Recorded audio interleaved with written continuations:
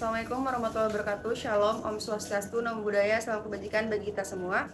Perkenalkan, nama saya Tias Pinkiananda dengan NPM 2406461173, mahasiswi Magister Kenotariatan Fakultas Hukum Universitas Indonesia. Di sini saya akan mempresentasikan hasil penelitian saya yang berjudul Pembuktian dan Peralihan Tanah Ulayat dalam Perspektif Hukum Adat dan Hukum Nasional, Studi Putusan Mahkamah Agung nomor 646/PDT/2023. Adapun latar belakangnya yaitu kasus bermula dengan adanya SHM nomor 00316 Nagari Kampung Tangah atas nama Nurhayati tanggal 11 Juli 2013.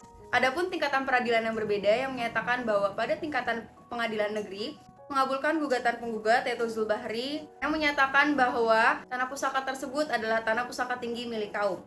Pada putusan pengadilan tinggi mengabulkan gugatan tergugat yaitu Nurhayati dengan hakim mempertimbangkan hukum nasional diantaranya yang pertama, pasal 32 ayat 2 yang menyatakan bahwa SHM sudah diterbitkan lebih dari 5 tahun dari gugatan yang pertama, yaitu SHM diterbitkan pada tahun 2013, gugatan pertama diterbitkan pada tahun 2021.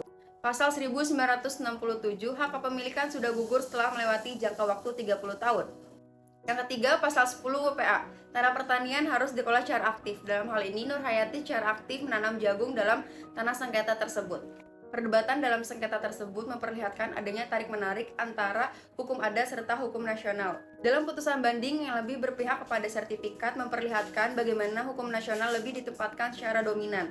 Persetujuan kaum adat, khususnya persetujuan dari mama kepala waris merupakan syarat fundamental dalam peralihan hak atas tanah ulayat dalam hukum adat Minangkabau. Dengan mengabaikan aspek adat ini, peralihan tanah ulayat dapat menimbulkan konflik sosial dan dianggap cacat legitimasi oleh masyarakat hukum adat.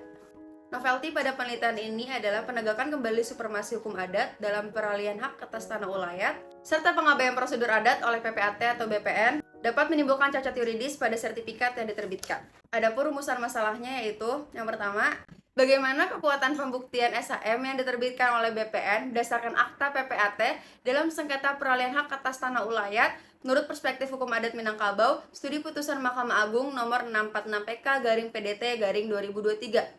Yang kedua, bagaimana peran PPAT dalam memastikan keabsahan dan kesesuaian prosedur peralihan hak atas tanah ulayat dalam perspektif hukum adat serta hukum nasional ditinjau dari studi putusan Mahkamah Agung nomor 646/PK/PDT/2023.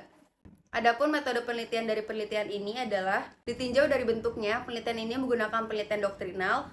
Tipologi penelitian ini adalah deskriptif analitis. Data yang digunakan adalah data sekunder berbahan hukum primer dan berbahan hukum sekunder. Pengumpulan data dalam penelitian ini adalah studi dokumen, serta analisis data yang digunakan adalah analisis kualitatif. Adapun hasil penelitian saya yang pertama yaitu bermula pada SHM nomor 00316 Nagari Kampung Tangah atas nama Nurhayati tanggal 11 Juli 2013. Sertifikat yang diterbitkan oleh BPN berdasarkan beberapa alas haknya. Namun, penggugat menyatakan bahwa tanah yang menjadi objek perkara merupakan tanah pusaka tinggi milik kaum Anduang Uci. Akta PPAT dijadikan dasar penerbitan sertifikat hak milik oleh BPN, namun peralihannya tidak disetujui dengan persetujuan anggota kaum. Dengan demikian, kekuatan pembuktian SHM yang diterbitkan oleh BPN dalam kasus ini tidak memiliki kekuatan hukum yang sempurna. Sertifikat hanya memiliki kekuatan formil selama proses penerbitannya sesuai dengan ketentuan perundang-undangan yang berlaku. Bahwa kekuatan pembuktian sertifikat hak milik yang diterbitkan oleh BPN berdasarkan akta PPAT memiliki kekuatan yang kuat namun tidak mutlak. Putusan peninjauan kembali menegaskan bahwa tanpa adanya persetujuan dari mama kepala waris atau persetujuan kaum, setiap peralihan hak atas tanah pusaka tinggi dapat dibatalkan meskipun sudah dibuat dalam bentuk sertifikat hak milik dan tetap dinyatakan tidak sah. Adapun pembahasan yang kedua yaitu peran PPAT sangat penting dalam menjaga keseimbangan antara hukum adat dan hukum nasional. PPAT harus berhati-hati dalam membuat peralihan hak atas tanah khususnya dalam tanah ulayat.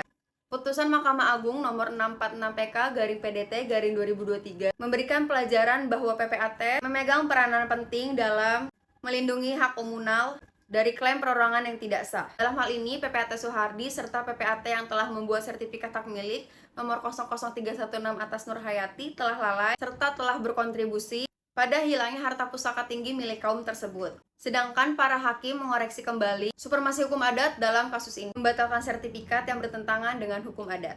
Sekian pemaparan yang dapat saya sampaikan. Semoga pemaparan yang saya dapat sampaikan ini bermanfaat untuk yang mendengarkan. Kurang lebihnya mohon maaf. Wabillahi taufiq wal hidayah. Wassalamualaikum warahmatullahi wabarakatuh.